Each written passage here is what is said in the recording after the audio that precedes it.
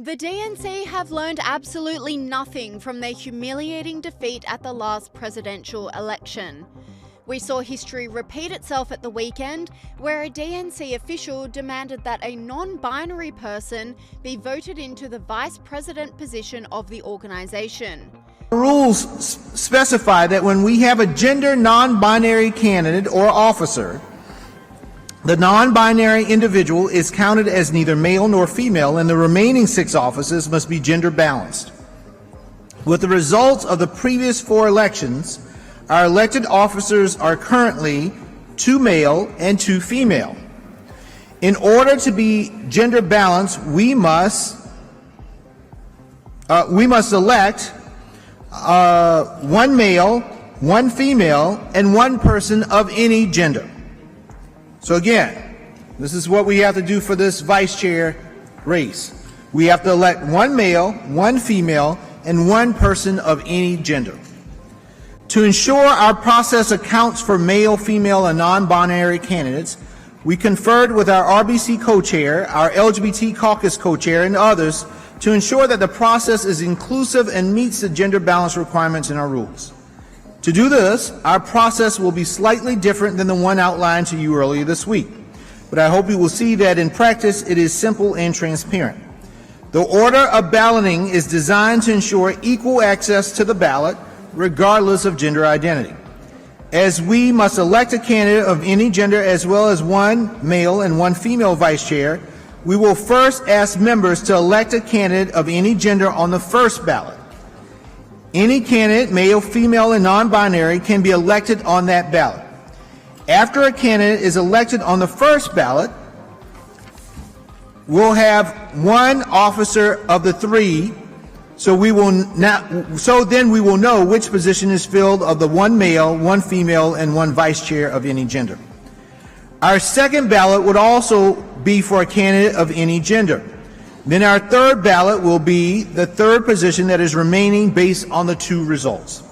Either a male candidate if a candidate that is not male has not been elected, or a female candidate if a female has not been elected. The confused diatribe was mocked relentlessly by online commentators, with this person saying, DNC chair gets confused by his own party's rules for their gender balance provisions, has to hand over the mic to someone else who also can't explain it during leadership voting. This is absolutely insane. This party has learnt nothing.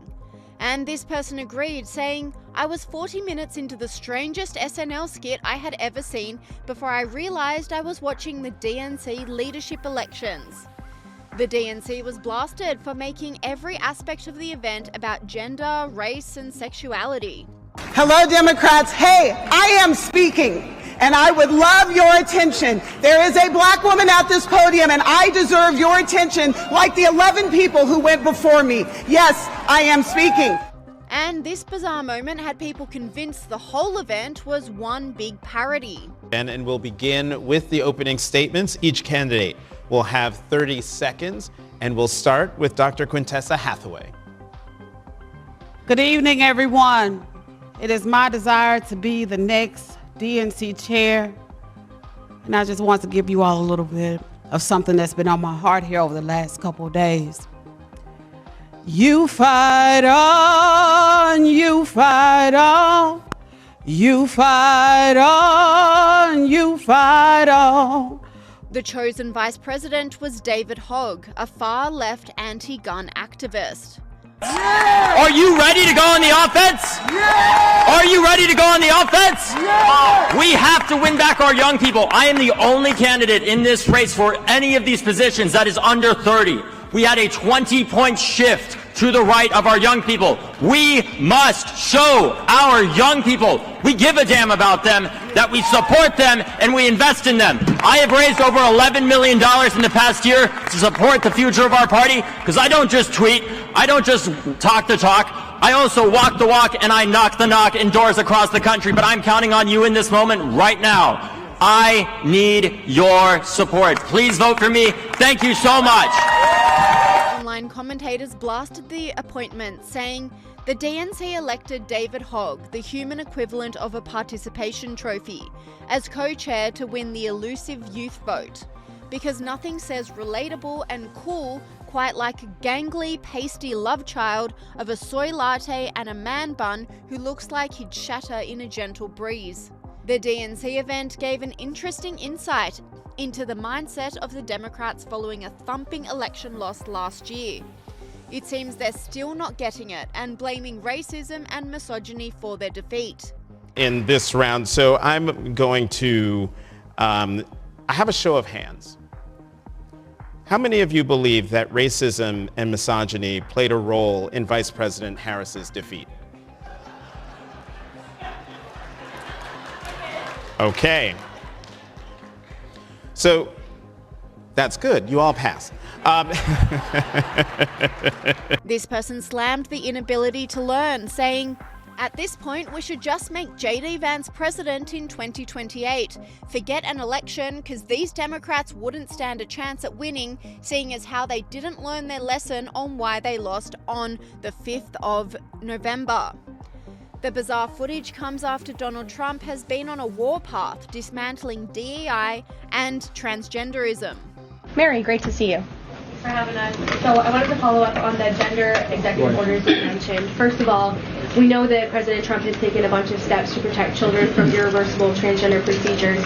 Is he interested in backing congressional legislation on this point? And does the Trump administration have interest in investigating doctors who perform these irreversible procedures on kids, such as a double mastectomy on a minor girl? Well, the president has already taken a very strong stance on this issue this week with the signing of his executive order, a few executive orders in this space. First, he made it the official policy of the federal government that there are only two sexes, male and female, and we have directed all federal agencies to comply with that policy. As for congressional legislation to support the president's agenda in this space, and certainly ending the mutilation of young children, the chemical castration of young children, which is a barbaric practice that the vast majority of Americans do not support for young minor children. Certainly the president would support Congress's efforts, as he has already made that very clear this week. And Trump went further just last week, banning all transgender personnel from the military. Some interesting stuff, well, I mean, some great stuff that he's laid out here in terms of we're getting DEI out of the military, transgender ideology is gone, we're having military men back with back pay who were dismissed for not taking the COVID vaccine. Yeah. We're going to look at building our own Iron Dome. I mean, the man is on fire. Getting DEI out of the military is such an obvious thing to do. It's amazing that it has to be done, but good on him for doing it. And it's not just that the military won't take transgendered people. They will get rid of the about 15,000 transgendered people currently serving in the military. And it makes sense in this regard. If you've got a tooth cavity, you are unfit to be deployed. If you had sleep apnea until recently, you are unfit to be deployed. If you've got any condition that requires ongoing medical care, you can't be deployed. And Trump says our military needs to be ready and it needs to be lethal. So you can't have thousands of people who are unable to be deployed because they have an ongoing medical condition that requires ongoing care. It's nothing against transgendered people. It's just that the military is not the place for them. So I think Starbucks will have a lot of people lining up ready to be employed there, because Starbucks, you know, have a love for LGBT. They do, although they are among the growing list of massive corporates that are doing away with their DEI. So who knows who they will be employing next in the lineup. But this is also a duty of care issue. If I know that you aren't fit, body and mind, well, I don't believe you to be, then you shouldn't be. If I'm taking good care of you, you shouldn't be in a high-pressure job like the military, when you not being at your peak could cost somebody else and you your own life. As for the Iron Dome,